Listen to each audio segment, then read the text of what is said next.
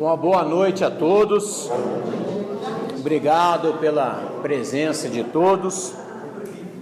Começar com os recados, né? Primeiro, queria agradecer os nossos apoiadores, né? A Soesp, Boitel Chaparral, Raça Forte, WY Soluções Elétricas, GPB, Coima, De Carvalho John Deere, Bolos da D, Liane Veículos, Premix, Raposo Pneus, Leilosul, Ferticel, Cicobi Credivale e GPS, empresa minha e do Gustavo, né? Primeiro, dar um recado aqui, lembrando a todos que agora dia 2 de agosto, 1, 2 e 3 de agosto, nós teremos a Expo Agro em Umas. Então nós vamos ter leilões, exposição de animais, já tem mais de 100 empresas confirmadas lá que vão expor. Queria que o Humberto aqui viesse aqui, fizesse um convite. Vamos ter o leilão de touro Shape.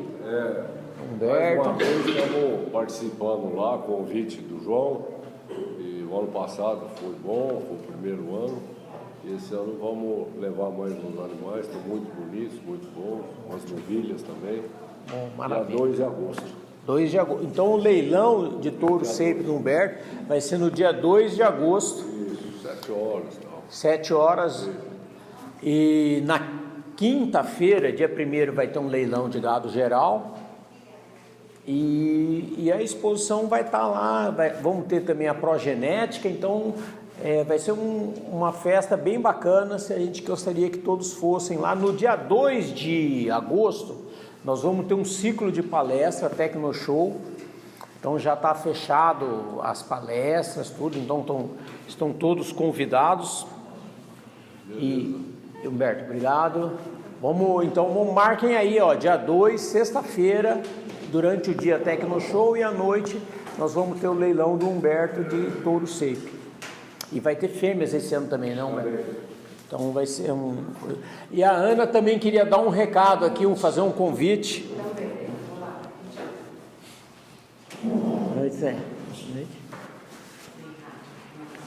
Boa noite novamente a todos. Eu queria convidar vocês para a Batatec, que vai começar agora, dia 18 de julho, 18, 19, 20 e 21 de julho, no IBC, uma feira tecnológica. Eu não sei se algum dos apoiadores que estão aqui também vão ter stand lá. A John Deere, sim? Aí, que coisa boa. Então, não vai visitar só o stand da Raposo, vamos visitar os stands dos nossos apoiadores aqui do café, tá bom? Tá muito interessante, a feira está cada vez melhor em termos de qualidade. Tem as palestras, porque ela é uma feira tecnológica também, então tem as palestras muito interessantes e tem lá os stands para vocês conhecerem mais o nosso trabalho. Conto com vocês, tá? Quinta, sexta, sábado, domingo, vamos estar lá. A região de Prudente, né, é a segunda maior produtora de batata e a maior do estado, né? A segunda maior do Brasil e a maior do estado. Então é uma cultura muito importante. Hã? Acho que é Goiás, eu não tenho certeza, viu, Neto? Mas agora uma coisa boa também que aconteceu é o seguinte: a gente era a segunda do estado de São Paulo, mas era o maior produtor, só que mandava tudo lá para Piedade, acho que era Piedade, então a nota saía de lá. Então hoje nós somos, em São Paulo, nós somos os maiores produtores. Eu estava olhando, em 2023 faturou 125 milhões aqui a região, só valor da produção agropecuária da batata doce, né?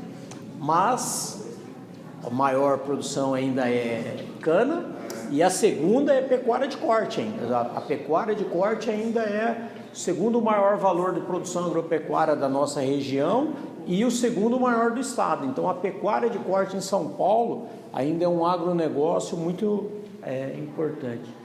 João, Rio Grande do Sul, tá? Já pesquisamos aqui. É Rio Grande do Sul? É o maior estado do Brasil de produtos batata doce. Então. E é interessante, o Gustavo está aí, A gente, lá em Anhumas, a turma produzia 200, 300 caixas por hectare.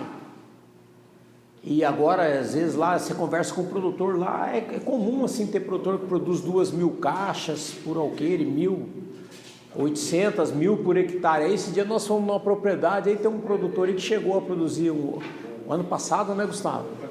O ano passado chegou a produzir 2.000 caixas por hectare. Então, o pessoal... Irrigado. Irrigado. Então, vocês veem o tanto que a gente tem avançado também na cultura aí da batata doce, né? Pessoal, o nosso tema aqui hoje vai ser sobre critérios para a gente falar de calagem, gessagem e fosfatagem. A ideia, a gente já falou isso em outros cafés, né? Então a ideia não é esgotar esse assunto, dar um aprofundamento técnico para dessecar o que são essas tecnologias. Na verdade, vocês vão ver que vai ser bem rápido. A minha ideia é a gente tentar despertar em vocês o que a gente tem que se preocupar quando a gente pensa em corrigir o solo. Porque às vezes a gente, até na própria amostragem,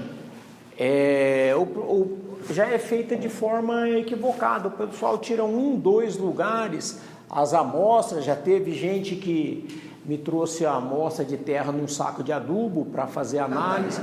Então vejam bem, eu tenho um produtor aí que ele fez análise, ele tirava só em um lugar, mandou analisar, não deu o que ele queria, mandou tirar de novo, não deu o que ele queria, mandou tirar outra vez.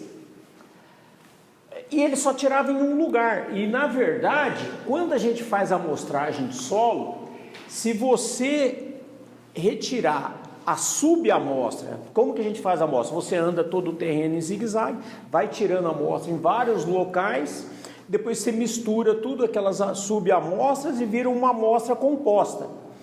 E o pessoal fez uma análise estatística, se a sua amostra composta tiver menos de 15 subamostras, vai ter um erro. Existe uma probabilidade muito grande da sua amostra não representar o que é o seu solo.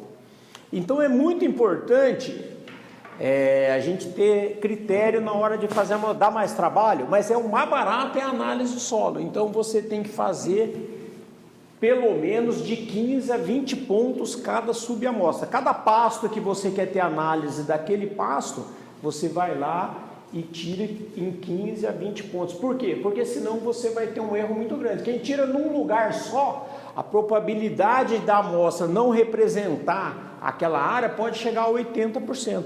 Então a gente tem que ter bastante critério na hora de fazer as amostragens. Agora tem um serviço, a gente já até fez aqui, o pessoal que eu trabalho em algumas propriedades, uma estratégia bem interessante, que para o pecuarista não precisa ser de rotina, mas de vez em quando é interessante fazer, que é a amostragem georreferenciada. Você faz lá o mapeamento da propriedade, ele tira em vários pontos, mas a grande vantagem é isso aqui, ó. Ixi, agora complicou tudo. Espera aí. Deixa eu apertar. Em vez de eu apertar. Achei.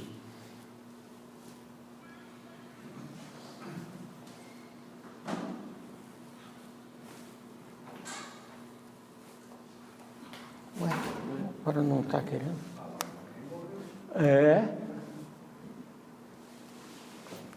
Deixa eu ver o que aconteceu aqui. Ué? Será que eu... Está travado, hein? Vai.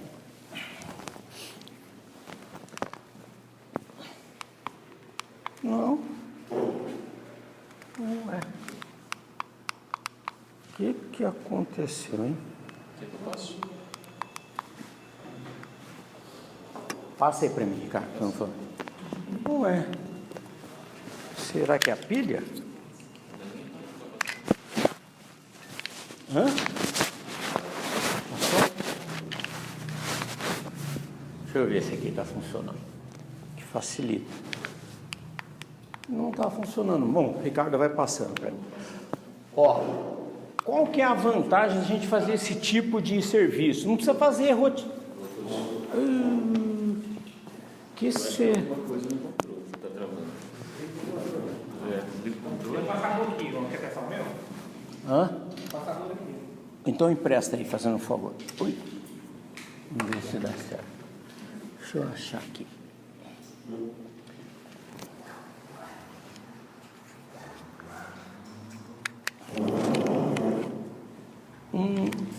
Mas e o... Ah, já colocou aqui já. Vamos ver aqui.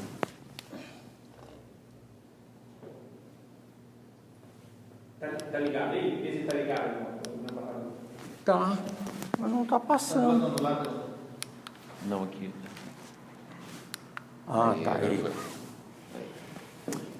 A vantagem da gente fazer isso aqui não é tanto de recomendação, porque isso aqui o pessoal usa para agricultura de precisão.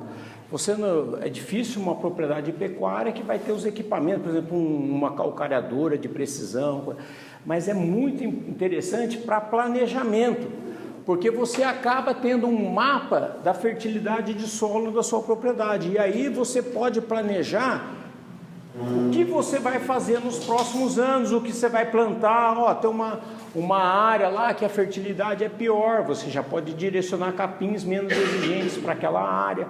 Tem uma área que os capins, a fertilidade é melhor, você pode direcionar capins mais exigentes para aquela área. Mas então é um trabalho... assim, não é barato, aí vai ficar de 10 a 15 reais por hectare, mas você vai fazer uma vez a cada 5 anos. Então é um trabalho bem interessante, principalmente para você for fazer planejamento. O cara lá que faz o serviço, ele vai querer que tem um negócio que chama grid, né, que é o quadrado que cada amostra representa. Ele sempre quer fazer o grid menor, porque aumenta a precisão dos mapas, né? Só que aí fica mais caro. Quanto mais pontos você faz, fica mais caro. Para a pecuária a gente não precisa tanto, mas para a agricultura de precisão é importante, né?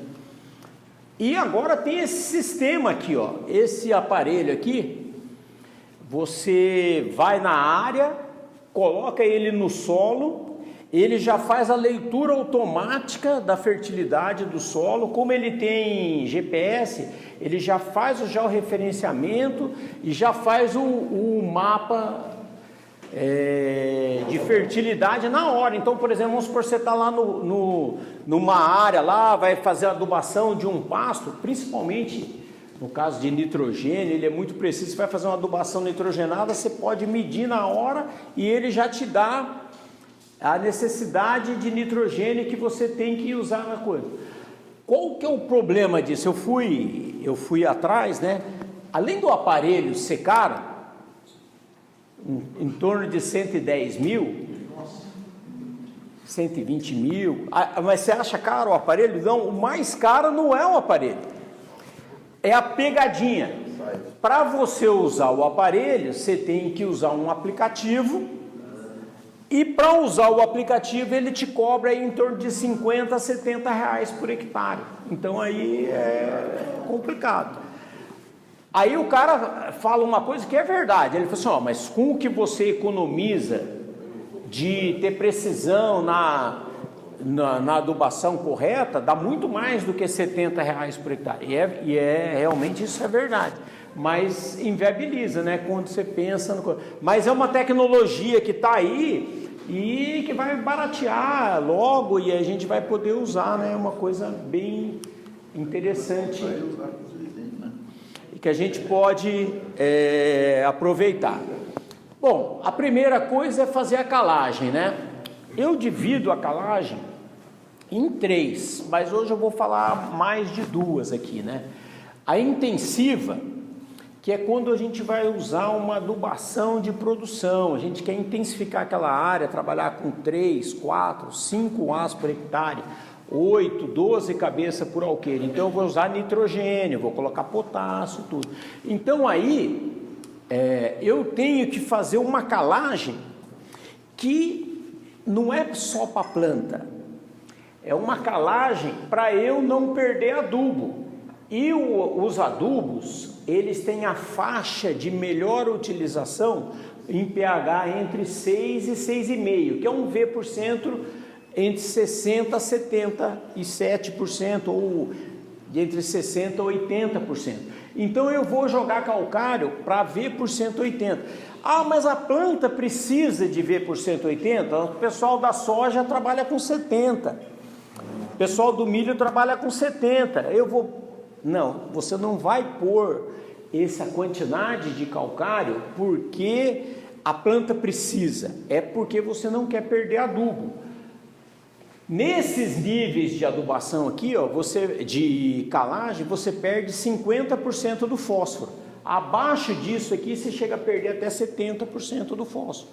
Nesses níveis de pH, você perde aí 30%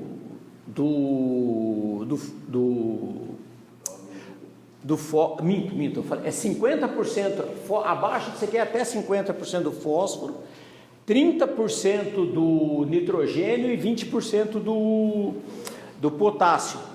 Então é caro esses adubos, numa área intensiva que você vai jogar 200 kg de N, 150 kg de K2O, 90 a 100 kg de P2O5, então você não pode perder. Então a calagem, como é mais barato, então você vai trabalhar com nível elevado de calagem para você não ter perda de adubo. Então por isso que a gente faz uma correção bastante elevada, para perder o mínimo de adubo possível. As plantas forrageiras, elas têm uma exigência baixa, ó, aqui ó, de 60% a 50%. Então quando eu vou trabalhar numa área extensiva, que eu não vou fazer uma adubação muito pesada, com nitrogênio, potássio, fósforo, eu vou usar um fósforo que perde menos, eu posso trabalhar com uma calagem com níveis de V por cento menor, então eu acabo ficando mais barata a minha calagem, e para a forrageira que eu estiver trabalhando, atende. E uma coisa importante que a gente precisa é o PRNT do calcário. O PRNT é uma medida de qualidade do calcário. Então eu peguei um exemplo aqui. É sempre importante, eu vou usar o calcário lá de Guapiara, o calcário de Caça. Não, eu vou usar o calcário que é mais barato por ponto de PRNT. Eu peguei um exemplo aqui, ó, um calcário de PRNT 80 que chega aqui na propriedade por 250. Um de 85 que chega por 260 e um de 90 que chega por 270. Esse aqui é mais barato, mas será que é o mais econômico? Vamos ver isso. Então, eu divido o preço do calcário pelo seu PRNT, eu vou ter o valor do custo do PRNT do calcário. Então, qual calcário que é mais barato? O que for mais barato por ponto de PRNT. Então, esse que é o calcário que eu vou comprar. Então, sempre vai cotar calcário? Cota o preço, cota o frete e faz o cara passar o PRNT para você poder analisar qual que é mais em conta para você. Mas eu acho que a gente tem que levar em consideração também os teores de cálcio e magnésio. Sim. Às vezes o cara coloca um calcinho ali, não tem praticamente nada de magnésio. Mas aí influencia. Não, isso aí eu vou falar agora. Qual calcário que eu vou usar? O dolomítico ou o calcítico? Voltando ao assunto, o mais caro do calcário é o frete. É o frete. Tanto faz um de PRNT baixo ou alto. Exato. Só que o de PRNT alto você usa menos, no fim acaba saindo até mais em conta. E a reatividade no solo também é mais rápida. Então um calcário acima de 90%, com 30, 40 dias, ele já fez efeito. E um calcário de PRNT mais baixo, hoje até a gente tem pouco, mas aqueles de PRNT 60, 70, que o pessoal era antigamente quem trabalhava tem anos aí, sabe que o PRNT era nessa faixa aí. Então era 90, 6 meses para fazer efeito, né? E a gente também tem que ver o tipo de calcário que a gente vai usar. Quando que eu uso? Tem o calcário calcítico, o dolomítico e o magnesiano. Mas o magnesiano hoje ele está meio sumido aí da praça, a gente fica sempre mais entre esses dois aqui. Quem que vai determinar qual tipo de calcário que eu vou usar? Tem 2 critérios. O que eu prefiro é esse aqui. Se eu tiver mais do que 15% de magnésio na CTC, quer dizer que o magnésio está corrigido, eu não preciso usar o calcário dolomítico. O calcário dolomítico ele tem uma porcentagem de magnésio maior. Então, se já está corrigido magnésio no solo, aí eu vou para o calcítico. Se falta magnésio no solo, aí eu uso o dolomítico. Então é sempre bom, né, quando vocês forem comprar calcário, também analisar qual que é mais adequado para aquela situação, porque além de corrigir o solo, tudo tem que ter um balanço cálcio, magnésio adequado no solo. Então, se você continuar usando sempre calcário dolomítico num solo que está corrigido o magnésio, pode ter um desbalanço de cálcio. Então, é melhor passar a usar um calcário calcítico. Então, a gente tem que observar na análise de solo isso. E isso aí chama-se ajuste fino. Primeiro eu tenho que pôr o que está faltando, vou corrigir a acidez. Mas, conforme a gente vai melhorando a fertilidade do solo, aí a gente tem que fazer o ajuste fino. É a relação que existe entre os diferentes cátions no solo, os diferentes nutrientes no solo. Por quê? Porque como eles são tudo carga positiva, às vezes se você aumentar muito de um, ele pode atrapalhar a absorção do outro. Então você tem que, a partir do momento que você corrigiu o pH, a acidez, aí você tem que ir fazendo um ajuste fino, que é a relação cálcio-magnésio, relação cálcio-potássio, relação magnésio-potássio no solo. Então aí já entra uma fase de ajuste fino, né? E aqui um trabalho para a gente analisar se eu aplicar só calcário. Eu fiz uma revisão uma vez e achei para pesquisar se calcário funcionava só o calcário. E o que eu percebi foi o seguinte: tem situações que não são muito ácidas, o solo não está muito ácido e você está trabalhando com uma planta que não é tão exigente, é uma planta que é bastante tolerante à calagem. Vou dar um exemplo: você tem Braquiária decumbens num solo que não está tão ácido, o V% é em torno de 30, que é ácido, mas para a Braquiária decumbens, o medícola, ela não conta nesse tipo de solo. Nessas situações não tinha resposta à calagem, mas a maioria dos trabalhos onde o solo, por exemplo, eu já fiz análise de solo aqui do Mato Grosso do Sul, que o V% era 7. Nos trabalhos que tinha análise de solo, que o V% era muito baixo, até Braquiária umidícola, decumbens respondia a calagem.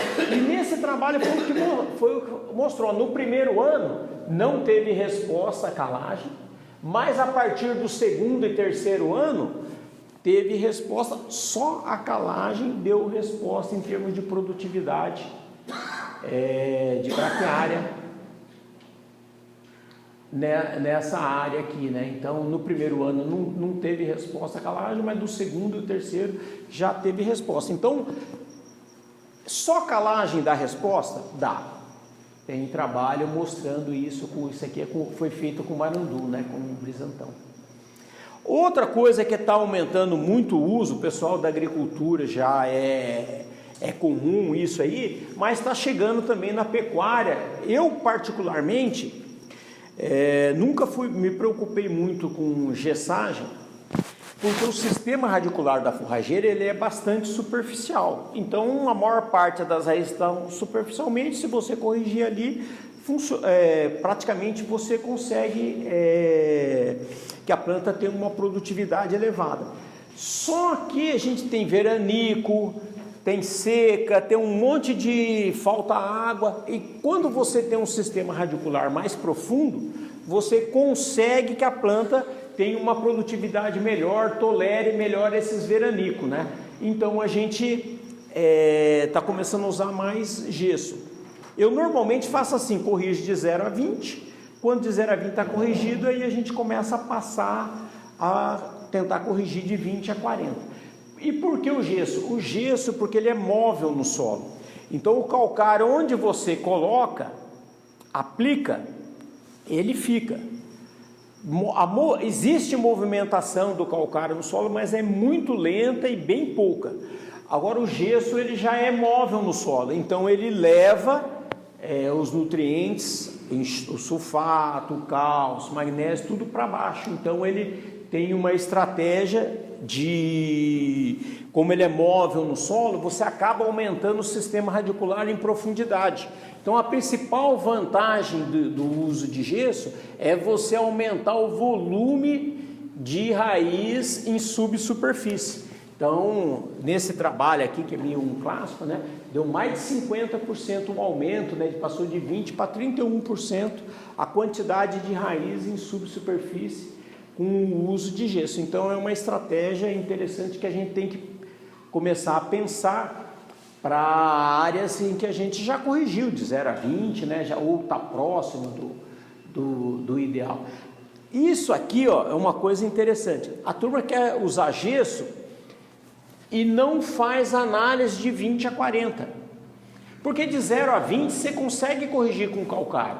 Você tem que fazer análise, para usar gesso, tem que fazer análise de 20 a 40, para saber se tem problema abaixo de 20 centímetros, que o calcário não vai corrigir, porque tudo que o calcário faz, o gesso faz, com exceção do enxofre, o calcário faz também.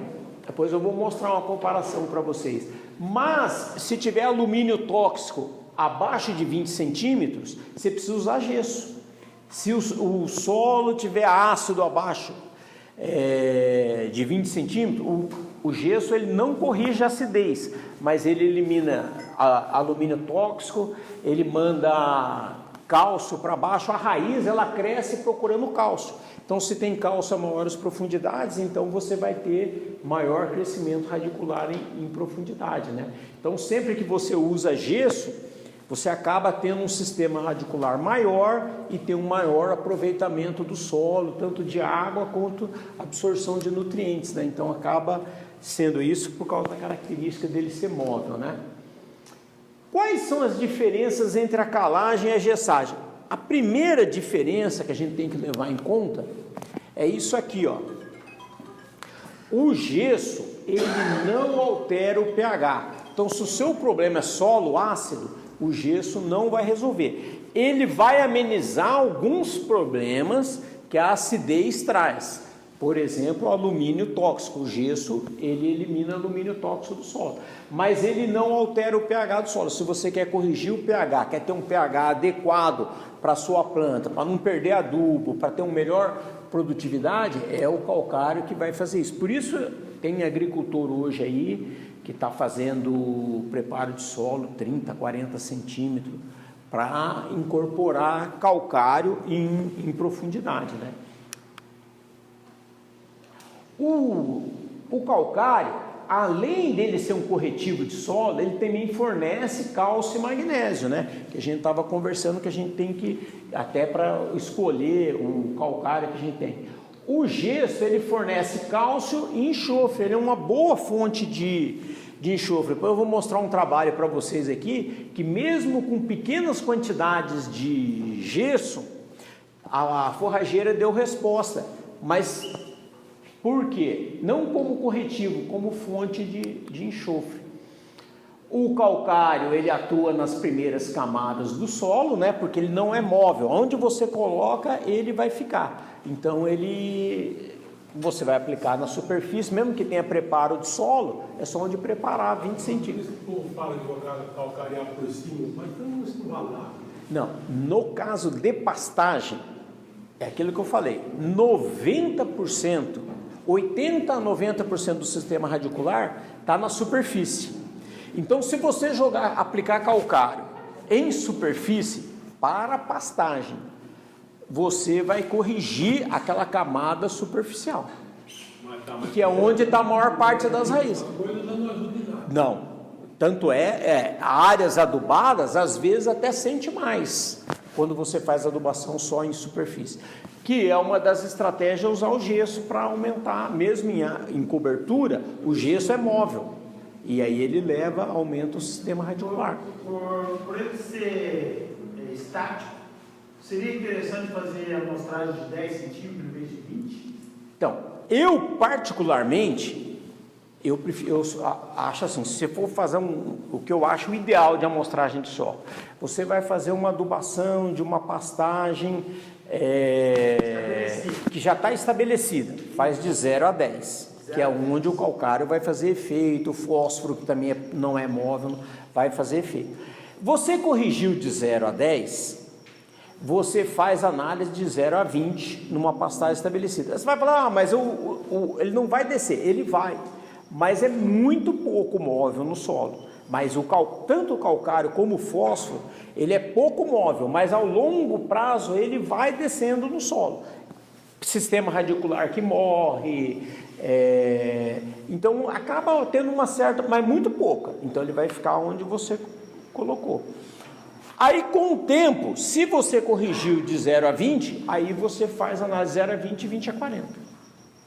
Agora, se você vai fazer preparo de solo, quando você vai fazer preparo de solo, você vai aplicar o calcário e você vai fazer um preparo de solo de 20 a 30 centímetros. Então o calcário vai corrigir de 20 a 30 centímetros. Então aí você tem Faz perfil, né? Aí você faz perfil. Então então aí você tem que fazer a amostragem de 0 a 20, porque você vai corrigir uma espessura de solo maior. O calcário, então, ele elimina a acidez, aumenta a CTC. O que é a CTC? A CTC é o que a gente chama de efeito esponja do solo. É a capacidade que o solo tem de reter nutrientes. Quanto maior a CTC, mais potássio, mais magnésio, mais cálcio ele consegue reter no solo. Então, abre aspas, seu solo fica mais, abre aspas, argiloso, fecha aspas. Isso aqui de aumentar a CTC, o que melhor faz isso é matéria orgânica, tá? Mas pasto adubado é um dos grandes produtores de matéria orgânica. E quando você coloca calcário, aumenta o aproveitamento dos nutrientes, porque a gente mostrei para vocês lá naquele gráfico que diminui as perdas dos nutrientes, ele fica numa forma que não se perde no solo, né? Igual, o 20% é proporcional à quantidade de calcário. Quanto mais você jogar, mais vai subir. Mais vai subir. Isso é certo. Isso é certo. Tá. Existem várias metodologias de você corrigir pH. Uma é pelo V%, que é tem outros métodos, mas quando você aumenta o V, porque assim, tem uma correlação entre V% e pH. Quanto maior o V%, maior o pH. Então, toda vez que você aplica calcário para aumentar o V%, você indiretamente aumenta o pH. Agora aí tem que ver a planta que está estabelecida, porque de repente não há necessidade de subir tanto, porque a planta é menos exigente. Não. Exato. Você vai trabalhar com braquiária decumbens. 50 para decumbens, nada de solta rojão. Ela é bem pouco exigente. Mas se for para você pensar em aproveitamento de adubo, é baixo. É baixo. Que é o cara, é o adubo. Que o cara é o adubo. Então, mas veja bem, tem situações que você usa muito pouco adubo. Você usa calcário, enxofre, calcário, gesso e fosfato natural. Eu vou falar um pouquinho depois de fosfato natural. Você vai fazendo uma correção que eu chamo de mantença. Qual é a ideia dessa adubação? Você tem uma adubação que eu chamo que assim, para você vai aumentando a produtividade gradativamente, você vai melhorando os seus solos. Qual é a vantagem disso? Primeiro, você melhora a produtividade. E o pasto não degrada. Então, um pasto que você corrige a fertilidade de solo, uma das principais causas de degradação de pastagem, a principal é manejo equivocado, mas uma das principais causas de degradação de pastagem é fertilidade baixa. Então, se você vai fazendo uma correção do solo gradativo, vai melhorando o seu solo gradativamente, você vai ter menos pasto para reformar. Então, você acaba gastando um pouco mais com calcário e adubo, mas você vai gastar menos. E quando você intensifica, que você coloca nitrogênio, potássio, além de você ter um custo por hectare maior, você tem uma exigência de manejo da propriedade muito maior. Então, aquela área intensiva é uma horta, né? Você tem que colocar o gado na hora certa, tirar na hora certa. E às vezes, dependendo da propriedade, o produtor pode ter algumas áreas intensivas e as demais áreas ele quer só fazer um trabalho de melhoria da produtividade a longo prazo. Então, você vai gradativamente fazendo uma adubação mais baixa, mas independente do tipo de adubação que você escolher, você vai ter que fazer a calagem. É a base, é o mais barato e é a base de tudo, né? Então eu peguei aqui, ó, a resposta das plantas, a gessagem. Isso aqui, ó, é o experimento que eu falei, ó, Marandu, só usando gesso, ó. Ele usou 0, 200, 200 não é dose de correção, é uma dose que você está aumentando só fornecimento de nutrientes, principalmente enxofre, né? E 1.500 já é corretivo, 1.500 por hectare. Mas olha que a produtividade, ó, no primeiro ano aumentou pouco, mas aumentou.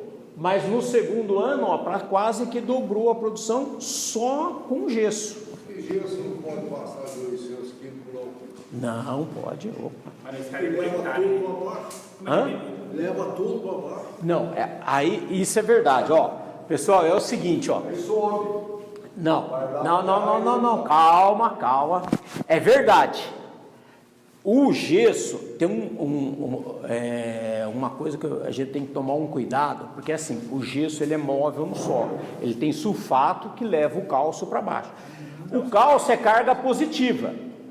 Só que o magnésio também é carga positiva, o potássio também é carga positiva, então o sulfato ele leva cálcio para baixo, mas leva também potássio e leva também magnésio. Qualquer nutriente no solo que tenha carga positiva ele pode levar para baixo, fora do sistema radicular. Então, se você usar uma quantidade muito grande de gesso num solo pobre, pode acontecer isso. Mas o que a gente... Qual que é a estratégia? Primeiro você faz a calagem, depois você faz a gessagem, para que ele leva mais cálcio e magnésio para baixo. Tem que ter um intervalo. Não precisa ter intervalo. Não. A gessagem é meio com a cereja no bolo. Quando tudo estiver bonito em cima, 0 a 20, estiver tudo perfeito, cálcio, magnésio, fósforo, potássio, aí você coloca gesso que é para carregar um pouco. Né? Para carregar, exato. Agora, viu, Humberto? É um risco que existe. Vamos supor, o cara tem um solo pobre, aplica pouco calcário e faz uma gessagem pesada, pode dar problema. Você entendeu? Por quê? Porque ele não leva só o cálcio, ele leva cálcio, magnésio, para qualquer coisa que é carga positiva, que são os principais nutrientes. Tem micro, que também tem carga positiva, então... Aí você empobrece onde está a maior parte das raízes. E às vezes a planta não consegue buscar. Mas você, dependendo da sua recomendação, da sua análise, você tem que aplicar o que for. Tem vários tipos de recomendação de gesso, de gessagem. A mais comum é pelo teor de argila. Mas como o produtor não faz muito análise física, né? Que é uma análise não é cara, mas normalmente ele faz mais análise química, não faz análise física. A gente não sabe o teor de argila do solo, mas se você tiver o teor de argila, é uma conta bem fácil. Aí você pode ter uma regrinha e falar, é 1/3 do calcário. Também pode ser. Eu agora descobri esses dias um trabalho bem interessante, que ele usa a dose de gesso em função da saturação de base do V% de 20 a 40. Então, tem vários métodos, né? Aí você tem que ver qual que é mais interessante. Eu achei bastante interessante esse método, porque você já faz a gessagem pensando em corrigir de 20 a 40. Então, e veja bem, ó, só o gesso já deu resultado. Mas, ó, 200 quilos já deu resultado. Mas por quê? É mais como fonte de nutriente do que como corretivo. Aqui teve o efeito de nutrição e o efeito corretivo. Então, depende muito do que você vai fazer na área. E aquilo que o Humberto falou é verdade. Se você pegar um solo muito pobre e fizer uma gessagem pesada, em vez de melhorar, pode piorar. Então, existe... É igual antigamente também, o pessoal pegava solo de cerrado, que só tinha uma camada de fértil de 5 a 10 centímetros, e metia a grade de 32 polegadas, né? Misturava o bom com o ruim e piorava o solo em vez de melhorar. Então, isso também... Outra coisa que eu vou falar, para encerrar aqui, né, é sobre a fosfatagem.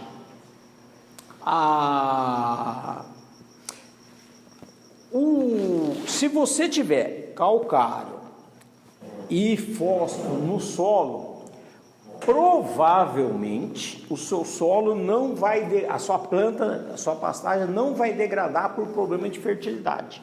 Ela pode degradar por outros motivos, mas por problema de fertilidade não. Então, existem estratégias de você fazer uma fosfatagem relativa de forma econômica, né? Então, a gente vai falar sobre isso hoje, né? Qual que é a importância do fósforo? No Brasil, em particular, o fósforo é muito importante porque os nossos solos, a maioria dos nossos solos são pobres em fósforo, então a gente tem que colocar. O melhor, eu vou mostrar um trabalho para vocês aqui. O melhor momento de aplicar fósforo, que ninguém faz, ninguém não, né? Mas a maioria não faz, é no estabelecimento. É onde você garante um estabelecimento rápido da pastagem, uma boa formação, e parece que não, mas isso fica por vários anos. Eu vou mostrar para vocês. Se você adubar no plantio, esse resultado da adubação de plantio, ela permanece por vários anos. Melhora o enraizamento, isso é muito importante, né? Você plantou, dá um veranico aí, tudo. Melhora o perfilhamento, isso é muito importante para que você cubra o mais rápido possível o solo, evita problema de erosão, você acaba usando pasto mais cedo, né? Melhora a formação de sementes, não que você vai colher semente, mas você vai ter um banco de sementes maior naquela área, e isso ajuda a evitar a degradação. E o principal, né, melhora a produtividade. Aqui é o trabalho que eu falei para vocês, ó. Olha que interessante. Ele testou vários níveis de fósforo no plantio. Aqui é quanto de fósforo ele colocou no plantio. E fez um trabalho que ele chamou de adubação de manutenção, que é uma adubação, quem aduba passa, é uma merreca, é 30 quilos de P2O5 por hectare, é 100 quilos de fosfato natural reativo por hectare, é bem pouco mesmo. E a cada 2 anos, ele colocava 30 quilos de P2O5. Mas olha o que interessante, ó. Quanto mais adubo ele colocou, maior a produtividade. Isso aí tudo bem. Isso aqui é a produtividade de 10 anos, ó. Então vejam bem, o adubo que ele colocou no plantio deu uma resposta de 10 anos de produção. Não é que o adubo ficou 10 anos, a produção acumulada nesses 10 anos foi muito maior por ele ter usado uma quantidade maior de adubo no plantio. Aí, além dele fazer essa adubação de plantio, ele a cada 2 anos ele ia lá e jogava 30 quilos de P2O5, mais ou menos 100 quilos de fosfato natural reativo por hectare. E o que aconteceu? A taxa de lotação, ó, foi aumentando conforme o adubo de plantio. E também aumentou quando ele fez essa adubação de manutenção a cada 2 anos. Não é uma adubação muito pesada, né, para áreas extensivas. No testemunha, que ele não jogou nada no plantio, mas a cada 2 anos ele jogou 30 quilos de P2O5, dobrou a taxa de lotação. Quando ele colocou 50 quilos no plantio, essa manutenção quase dobrou também, mas não chegou a dobrar, com 100 quilos também aumentou. Então vejam bem, independente da adubação de plantio, se você fizer uma adubação de manutenção a cada 2 anos, mesmo que ela seja pequena, ao longo dos anos a sua produtividade da pastagem ela vai aumentando, né? E isso aqui foi um outro trabalho que eu achei, que ele testou vários capins, né, e com adubação fosfatada, e cada capim teve o seu resultado, mas o interessante foi isso aqui, ó. Na média, teve uma produtividade a mais de 30%, a mais ao longo dos anos. Acho que ele fez experimento, acho que foi de 3 anos, e ele só adubou no plantio. Ele usou 2 fontes de fósforo, mas ele jogou uma adubação pequena, ó, 50 quilos de P2O5 por hectare, e na média houve um aumento de 30% da produtividade do...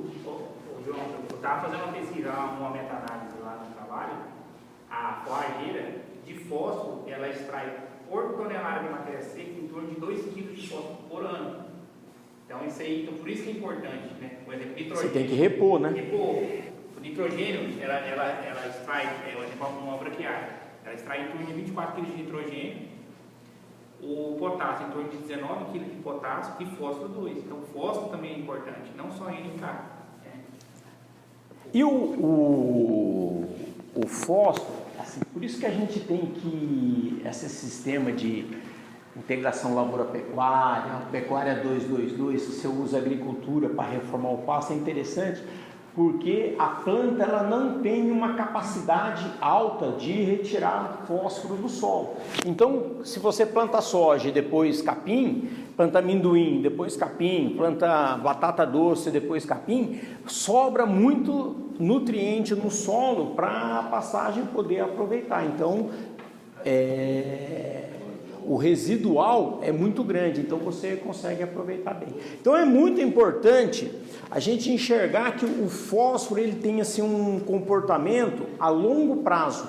Então você vai melhorando a produtividade. Isso aqui é produtividade, eu acho que esse trabalho aqui, ó, foi 3 anos, ou foi 3 ou foram 4 anos que você teve um aumento de 30%, só aplicando fósforo. E quais são as fontes que você pode usar, né? O orgânico é o melhor, o organomineral vem em segundo, o solúvel é o terceiro melhor e o fosfato de rocha é o quarto melhor. Mas tem um senão aí, que é a relação benefício-custo, né? Então, se você tem opção de usar o orgânico, é muito melhor, porque você tem uma resposta. Quando você usa adubo orgânico, além dele fornecer nutrientes, o problema do orgânico é que normalmente a concentração é baixa, você tem que aplicar muito para ter uma boa reposição de nutrientes, né? Mas é o melhor que tem, porque a matéria orgânica, ela aumenta o CTC do solo, então, vamos dizer assim, ela vai melhorando aquele efeito esponja que eu falei para vocês, e não tem nada que melhora a CTC mais que a matéria orgânica. O adubo orgânico, ele é balanceado, ele tem tanto macro como micronutrientes, então quando você usa adubo orgânico, você está usando... Ele também diminui a toxidez de alumínio, também é uma fonte de cálcio e magnésio, a matéria orgânica melhora a estrutura do solo, e aumenta a atividade microbiana. Hoje a gente sabe que tem muitos micro-organismos que interagem com a planta e melhora até a absorção de nutrientes pelas plantas. Então é uma coisa. Então a matéria orgânica realmente ela tá. Agora tem um detalhe aqui que o pessoal não pode esquecer.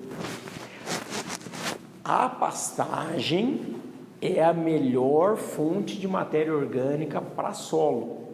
Por quê? Imagina que você tem lá um pasto que produz 10 toneladas de matéria seca por hectare ano. E você é bom de manejo. Você é um craque de manejo. Você vai perder 20 a 30% da forragem. Essa forragem vai voltar para o solo.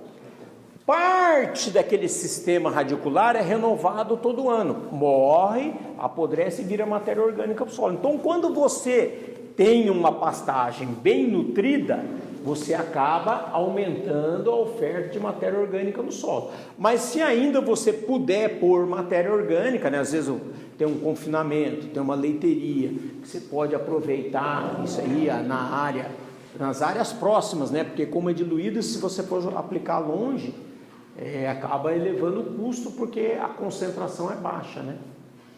Outra opção são os organos minerais, que ele tem as vantagens do orgânico e tem as vantagens do mineral.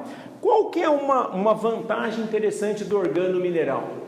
Por ele ter matéria orgânica, ele diminui as perdas, então o aproveitamento é maior.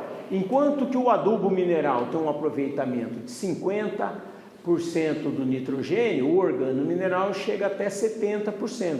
O fósforo, ele tem um aproveitamento no mineral de 20% a 50%, e no organo mineral chega até mais de 50%. O potássio, no mineral, ele tem um aproveitamento de 60%, no organo mineral, em torno de 80%. Então, o nitrogênio se perde mais por volatilização e lixiviação, ele é volátil e móvel no solo, então, às vezes, ele pode ser perdido também por lixiviação. A maior perda é por volatilização, né?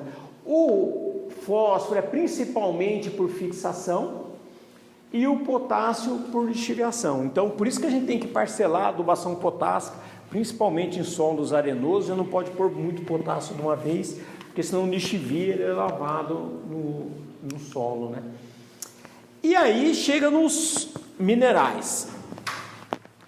Eu peguei um trabalho muito interessante, pessoal da Embrapa, que ele comparou fosfato natural reativo com supertriplo, um fosfato solúvel. E qual foi, o que dá para observar? Eles testaram, com adubação complementar, né? Então ele jogou calcário, fósforo, potássio, nitrogênio, e sem adubação complementar, só colocando fósforo. E ele testou o fosfato incorporado e não incorporado, porque o fosfato natural reativo, ele tem só 1/3 do fosfato que tem lá é solúvel. Você aplica, ele está disponível para a planta. 2/3 é um fosfato, é uma rocha que está lá, mas não está prontamente disponível. Mas com a própria acidez do solo, a acidez do sistema radicular, ele vai se tornando disponível. E nesse trabalho aqui fala que até de 70% a 100% do fosfato natural reativo pode ser aproveitado até o 2º ano. Então, eu uso uma conta aí, se o ponto de fósforo do fosfato natural reativo custar 15%, 20% mais barato que o ponto do fósforo solúvel, em áreas não intensivas, você pode usar o fosfato natural reativo. Mas o que dá para observar nesse trabalho aqui? Primeiro, quando não é incorporado o fosfato natural reativo, por exemplo, um pasto, você vai lá e aplica por cima da terra. O fosfato solúvel é mais eficiente. E o fosfato natural reativo, ele funciona também melhor. Esse aqui é testemunha. Laranja é testemunha. Esqueci de pôr a legenda. Laranja é testemunha. Azul é o fosfato natural reativo e verde é o supertriplo. Então, quando o fosfato natural reativo não é incorporado, que é o caso de pastagem que a gente joga por cima, o fosfato solúvel funciona melhor. Principalmente em áreas adubadas, né, que você intensificou, tem nitrogênio, potássio, tudo. E o pior é o testemunha. certo? Porém, quando ele é incorporado no solo, por exemplo, você vai fazer um plantio e você incorpora o fosfato, ele reage melhor com o solo e aí é praticamente igual ao fosfato solúvel, só que mais barato. E quando não são áreas intensivas, praticamente a resposta dele é igual ao do solúvel. Então, se a sua área não é intensiva, se você não vai aplicar nitrogênio, não vai aplicar potássio, vai fazer só uma adubação, calagem, fosfatagem, talvez aí um pouquinho de nitrogênio, o fosfato natural reativo ele é uma opção bastante eficiente nessas condições, independente dele ser incorporado ou não. Olha só, não tem diferença com o fosfato solúvel. João, volta ao slide anterior. Esse aí. Então é o seguinte, quando é incorporado, o fosfato natural reativo ele foi quase igual ao fosfato solúvel. Então eu poderia considerar então não 1/3 do fósforo. Eu posso fazer a conta mais ou menos uns 2/3, né? Não, você pode fazer a conta, dependendo da condição, de 70% a 100% de eficiência. Porque melhor... Tem um negócio, tem um teste que o pessoal faz em experimento de pesquisa, eles falam que é eficiência agronômica. O que é eficiência agronômica? Eles usam um produto considerado ideal, por exemplo, o super triplo. E quantos por cento do produto que você está testando, no caso aqui o fosfato natural reativo, produziu em relação ao produto ideal, aquela situação ideal? No caso do fosfato natural reativo, é de 70% a 100%. Na média, 85% de coisa. Então, se o fosfato natural reativo, numa condição não intensiva, esqueçam a condição intensiva. Numa condição não intensiva, ele tem uma eficiência praticamente igual à do fosfato solúvel na média de 2 anos. Até o segundo ano, ele tem 85% de aproveitamento de eficiência agronômica. Então, tendo preço, é uma boa estratégia usar o fosfato natural reativo. Eu tenho um cliente que está cotando aí, ele cotou semana passada, fosfato natural reativo, posto lá na fazenda dele, é 1.235. Da onde? Hã? Da onde? Araxá, Bonito? Não, já vou explicar isso aí. O dele é fosfato natural reativo. Já vou explicar a diferença. E cotou o MAP, porque hoje, assim, a fonte de fósforo solúvel aí que tem sido mais econômica é o MAP. Não quer dizer que você tenha que usar MAP, mas o MAP tem sido bastante econômico e ainda ganha 9 ou 11% de nitrogênio, certo? Mas olha a diferença de custo. Fosfato natural. É o resultado em área não intensiva é igual. Olha, eu lá em casa a gente fez uma experiência muito com os dois. A gente trabalhou com super simples no plantio, durou 2 anos. Foi maravilha. Depois a gente foi continuar com adubo solúvel, 430-10, é inviável. Eu trabalho com pecuária de corte para baixo de fêmea. A conta não fecha. A conta só vai fechar com reativo. Quando eu trabalhei com reativo de Bonito, a gente conseguiu levar o fósforo para 40, 45 e perdurar isso por 4 anos. E um sistema radicular bom, aí fechou a conta. Então hoje eu não uso solúvel de jeito nenhum. Eu uso por cima da terra o fosfato de volta. Não, funciona, é o que mostrou esse trabalho aqui. Trabalhando com calcário e fósforo. Eventualmente nitrogênio e potássio quando precisa.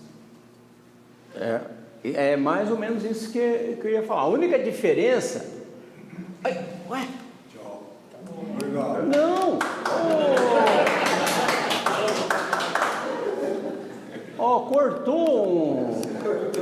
Faltou um slide aqui. Oh, que dó, hein? Ó, será que eu... Ah, não, tá aqui, ó. Não é. Eu pulei a explicação. Aqui, ó. Aqui, ó. Aqui. Não, eu que pulei. Não é que o slide sumiu, não. Vocês já querem comer, mas espera só um minutinho. Ó, pessoal, é o seguinte, ó. A gente tem várias fontes de fósforo. Isso aqui que eu esqueci de falar. Solúvel, e tem várias fontes de fosfato de rocha. O fosfato natural reativo é o importado.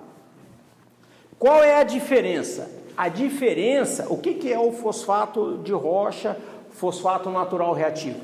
Pessoal, é igual calcário. O cara pega a rocha, moe e vende. E o fosfato de rocha nacional, ele é uma rocha ígnea, é uma rocha mais dura, que não reage tanto no solo. Por exemplo, o de Bonito ainda é um melhorzinho, tem em torno de 9% de fósforo solúvel, mas a parte não solúvel é pouco solúvel. Esse 85% que eu falei de reatividade é com o fosfato importado. Ah, mas por que você faz propaganda do importado? Você não quer que use... Não, é porque o importado é outro tipo de rocha, uma rocha sedimentar, que aqueles 2/3 não solúvel, ele reage melhor no solo, com os ácidos orgânicos, com a própria acidez do solo, a acidez da raiz, e chega a liberar de 70% a 100% do fósforo não solúvel. Até 2 anos é liberado para a planta. Então, vejam bem, o fosfato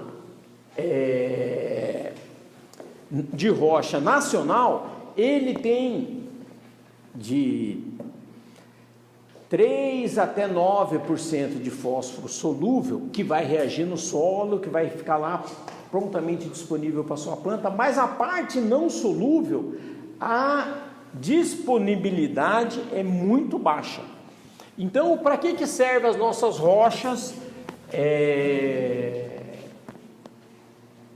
de fosfato? Serve para reagir com ácido sulfúrico, com ácido fosfórico e produzir adubo solúvel. Mas para aplicar diretamente no solo, se não for barato, se for barato, a relação benefício-custo por ponto de fósforo, né, ela tem que ser barata por ponto de fósforo. O cara frete. O cara frete, isso é barato demais. É quase preço de calcário, um pouco mais. Mas o problema é que o fosfato de rocha nacional, a rocha, a parte não solúvel, é pouco reativa, fica lá no solo por muito tempo. Então você tem que usar uma quantidade tão grande que inviabiliza o uso dela. Enquanto que esse teste aqui, ó, que eu mostrei para vocês da Embrapa, foi feito com o GAFSA. E esses acham para comprar? Acha, qualquer empresa de adubo hoje importa. Um trabalho que seria interessante estar vendo com relação a essas rochas nacionais e o fosfato natural reativo trabalho que agora já tem uns 3, 5 anos aí, que tem um solubilizador de fósforo, né? Que é a bactéria Pseudomonas. Em passagem, acho que não tem trabalho ainda usando esse fosfato que o senhor usa e usar um solubilizador de fósforo. Eu usei esse ano, em fevereiro, eu usei um organo mineral. Só que eu vou fazer a análise de solo, eu usei em fevereiro e eu ainda não refiz a análise para ver a diferença. Clinicamente deu diferença. Clinicamente a diferença foi grande.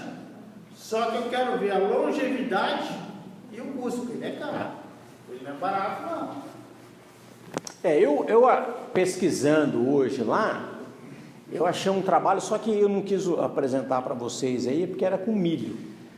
E um teste com organo mineral, que ele usou várias doses e comparou com a dose tradicional com fosfato. E mesmo usando uma dose 30%, 40% maior, deu a mesma produtividade de milho. Quer dizer, só que eu não achei em pastagem, né? Mas então o organo mineral é uma alternativa que está chegando aí. Por exemplo, os ácidos úmicos e fúlvicos já tem bastante trabalho mostrando o resultado disso. Até a turma vende lá os baldinhos da vida desses para aplicar via foliar. Mas então cada vez mais está aparecendo. Mas hoje, assim, vamos dizer assim, o que a gente tem hoje é isso aí, mas primeiro orgânico, organo mineral, depois o solúvel é melhor? É, mas tem situações que a relação benefício-custo do fosfato de rocha, fosfato natural reativo importado é muito melhor. Hoje, por exemplo, é aquele dado que eu mostrei, né? Do meu cliente que cotou semana passada. Quase metade do preço para fazer a correção de fósforo, com fosfato natural reativo. Vai fazer conta. Para quem trabalha com pecuária de elite, é outros 500. Inclusive. Para pecuária de corte para abate, o solúvel não fecha a conta, não. João, análise do solo satelital, o que você tem de novidade nisso aí? Tem dois sistemas de solo, não conheço, mas tem o sistema que faz análise, a foto pela coloração da planta, ele determina os níveis de nutrientes que tem na planta, e aí você faz a adubação corretiva. E um que já é corriqueiro, só que é caro também. Os caras, eu não sei o que é, ó. Você vai ver drone para aplicação aérea, R$70 por hectare. Você vai ver o aparelho lá de medir fertilidade, R$70 por hectare. Não sei o que eles têm tudo com R$70 por hectare. Aí a Cocal contratou um amigo que tem uma empresa de drone. Só que ele passa por cima do canavial, ele faz fotos, é um monte de... do jeito que o drone vai passando em cima do canavial, ele vai tirando foto, aí ele manda essas fotos para uma empresa espanhola, aí por análise da inteligência artificial das fotos, determina produção, deficiência, ocorrência de broca, uma coisa fantástica. Quanto custa? R$70 por hectare. Eu estava vendo. Então, mas veja bem, essas tecnologias cada vez vão ficar mais acessíveis, né? Mas por enquanto a gente tem que ir lá bater sonda mesmo. Mas isso daí vai ser uma realidade. Eu estava vendo na DBO o drone lá em Piracicaba, na Exalc, as firmas injetando dinheiro nos pontos de pesquisa, de doutorado lá, para poder fazer a leitura de manejo do solo. O drone passa nas pastagens e já fala o volume de massa seca que tem e já fala a quantidade de gado que tem que colocar. Você já sabe se você tem que aumentar ou tirar gado. Isso aí nós já temos por satélite. Então eu vi por drone. Nós já temos um aplicativo aí que mede massa de forragem, massa de folha por satélite. Cada vez que o satélite passa na sua propriedade, ele te envia um relatório dizendo quanto de forragem que tem na área. Por passo. AgroHub. E é interessante porque ele tem várias funcionalidades, você só paga o que você usa. Por exemplo, para medir massa de forragem é 10 centavos por hectare mês.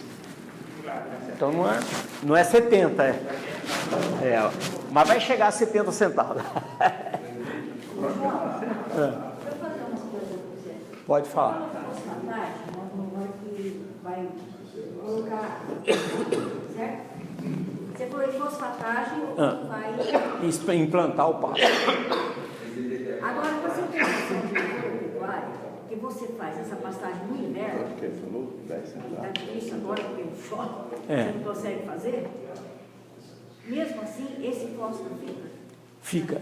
A lavoura, ó, a área de agricultura devolve normalmente para a pastagem uma área com de 15 a 25 miligramas de fósforo por decímetro. Você precisa de 10 para manter-se? Hã? Precisa, então, a colocar o fósforo quando vai implantar. Não, é o seguinte. Sim. Eu acho que o seu solo já está corrigido. Então, se você não pôr, como tem no solo, sua pastagem vai formar rápido, vai fechar rápido. Se você colocar pouco, prontamente disponível para a planta, vai melhorar. Mas normalmente num tipo de solo desse aí não precisa. Se tiver, tem que fazer análise, ver como é que está, né? Outra coisa, calagem. Se você faz essa calagem todo ano, você fez uma análise, você vai fazendo calagem, você tem um resultado, um prazo de 4, 5 anos, muito bom, né? Bom, provavelmente seu solo vai estar corrigido. Já está fazendo tudo o que precisa ser feito. Dá. Não, tranquilo. 5 anos, se você fizer análise todo ano e pôr o que está precisando, 2, 3 anos seu solo está corrigido. Outra pergunta é a seguinte, quando você tem uma pastagem que já está estabelecida, no caso, por exemplo, tem uma mombaça, uma área de mombaça que vai embora. E esporadicamente, aí fica aqueles talos grandes lá assim, você tem que roçar, para depois começar uma coisa nova. Essa folhagem que tudo fica, porque fica o solo ali, isso daqui é aproveitado como matéria orgânica. É aproveitado como matéria orgânica. Tem um problema, assim, tudo tem a vantagem e desvantagem, né? Nas nossas condições, não tem planta que produz mais matéria orgânica que as nossas gramíneas tropicais. Mas por causa dessas condições, não tem clima que mineralize mais a matéria orgânica do que o brasileiro. Então essas temperaturas altas, chuva a gente tem que ficar, mas chuva e altas temperaturas, a mineralização da matéria orgânica é muito grande. Então, por exemplo, mesmo a turma que faz plantio direto, a matéria orgânica some muito devagar no solo. Por quê? Porque mineraliza. Mas não é problema também mineralizar, porque a planta aproveita grande parte desses nutrientes que foram mineralizados.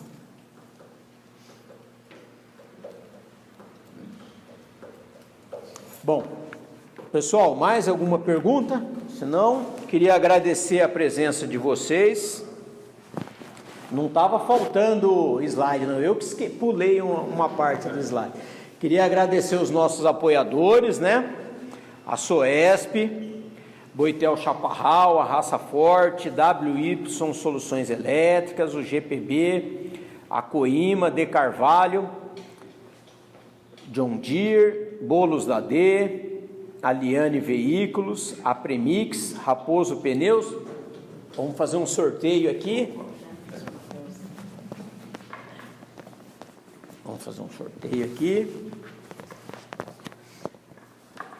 A Ferticel, Adubos Organominerais, a Cicobi Credivale e a GPS, empresa minha e do Gustavo. Então, vou fazer um sorteio aqui de um vale compra. Cadê a lista? O Mário não assinou ainda. Opa! Então, peraí. Quem não assinou, assina aí, fazendo um favor.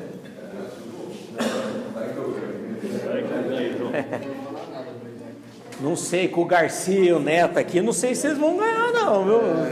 Ganha tudo quanto é sorteio que tem. Calagem em 2 etapas. Eu experimentei esse ano, não deu resultado. Canga. Vamos supor que tinha que jogar 3 toneladas por hectare. Eu joguei metade antes da tombação do boneco e a outra metade por cima e nivelei. Você acha que é melhor do que jogar tudo para baixo? É melhor do que jogar tudo para baixo. Melhor é jogar tudo para baixo. Não. Dividir 2 vezes. Eu fiz isso também. A qualidade da mistura é melhor. Eu fiz isso também com cinza. Eu estou ganhando cinza lá na Bralon. Eu estou jogando 4 toneladas por hectare. precisa. Uhum. Joguei metade. 4 toneladas? Rapaz, eu tô indo porque é um puta de um presente, isso é ótimo. Eu pago frete só. Rapaz, que maravilha, Humberto. 18 quilômetros dele, já Puta, você tinha que ir em uma dessas áreas aí, você tinha que fazer umas análises separadas, viu? Porque olha, você vai ver o resultado que vai dar, viu?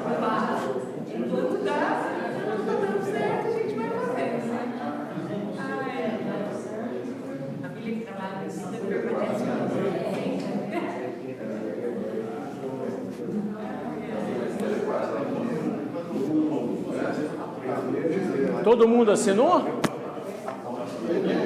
Assinou, Luiz? Não? Tem que assinar, né?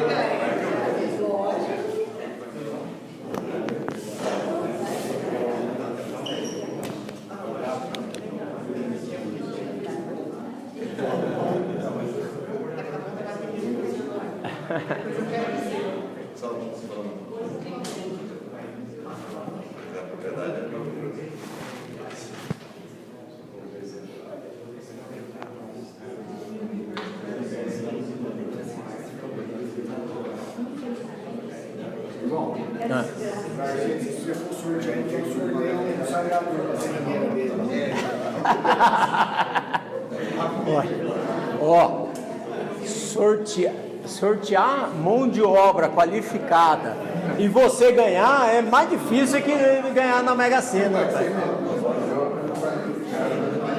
Hã?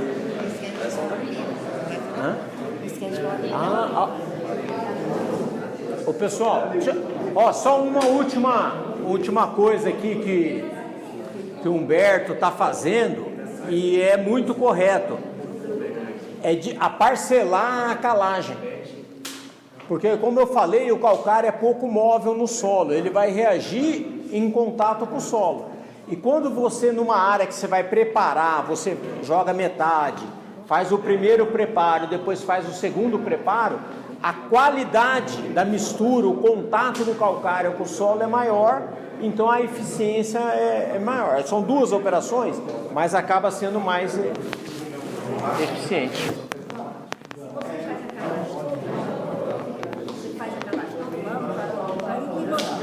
Há quanto tempo deve fazer a fosfatagem? Não, ó, pessoal.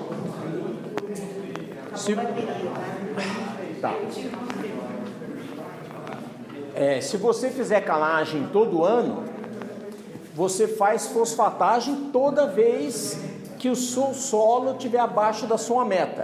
Qual que é a meta? A meta é, para áreas de manutenção, 10 miligramas por decímetro cúbico, e para área intensiva, 30. Então, se você fez análise do solo, você quer só mantença da pastagem, melhoria da produtividade, não para níveis muito elevados, você vai colocando o adubo todo ano só para atingir aquele nível de 10. Se você quer uma área intensiva, você tem a sua meta é 30. Por que é 30? Porque a curva de resposta das gramíneas linear é até 30. A partir de 30 ela atinge um platô que a resposta diminui. Então você vai aumentando o fósforo até chegar a 30. Ah, meu solo está com 40. Naquele ano economiza. Em área de formação de pastagem, se eu jogar o calcário junto com o fósforo, ou natural, ou solúvel, o calcário junto com o fósforo, ele vai complexar, ele vai disponibilizar o fósforo ou é balela? Não. Pessoal, ó, se você aplicar o fosfato junto com o fósforo, junto com o calcário, fósforo solúvel, inibe a ação do fósforo. O fosfato natural reativo só não pode aplicar junto, mas você pode aplicar um num dia, o outro no outro dia, não tem problema. Agora o fosfato solúvel não pode. Então você tem que fazer uma incorporação do calcário, fazer perfil, deixar depois para aplicar o fósforo solúvel. No caso, ó, pessoal, no caso do fósforo solúvel, qual é a maior perda de fósforo solúvel? é a acidez do solo. Se você aplica o calcário hoje e vai aplicar o fósforo amanhã, o calcário ainda não corrigiu a acidez. Então você vai perder o fósforo. Então você tem que faz a calagem e espera chover. A regrinha básica é 100 milímetros e 120 dias.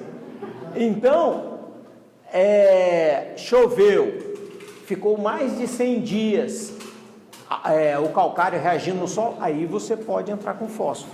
Senão, a maior perda de fosfato não reativo, né? O fosfato de rocha é diferente. O fosfato solúvel é a acidez do solo, fixa e você perde o fósforo. Deixa eu só colocar os números aqui para a gente fazer o sorteio.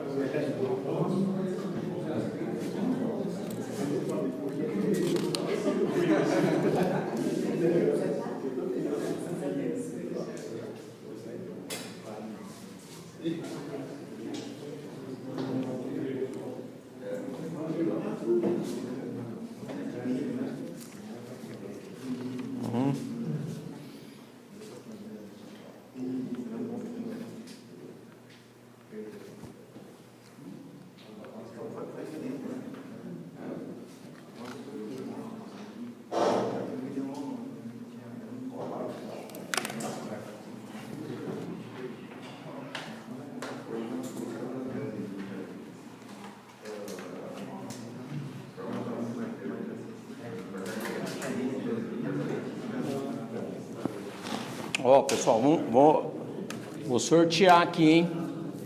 Ana, vem cá para você fazer a entrega.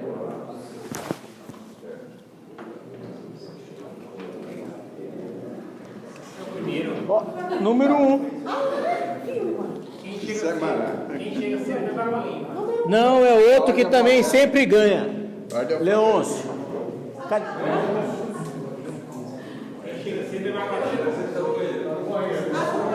Ah, você precisa para tirar foto? Não, eu sei que foi sorteado uma ordem de serviço ou compra no valor de R$400.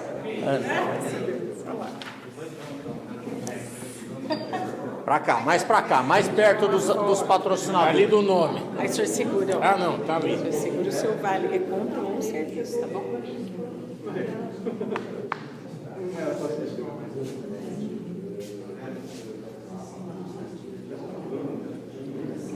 Aí, obrigado. Pessoal, então não esqueço, essa semana, a partir de quinta, né, Ana? Batatec. E de 1 a 3 de agosto, Expo Agro Anhumas. Dia 2, o leilão do Humberto, à noite, e durante o dia, Tecno Show.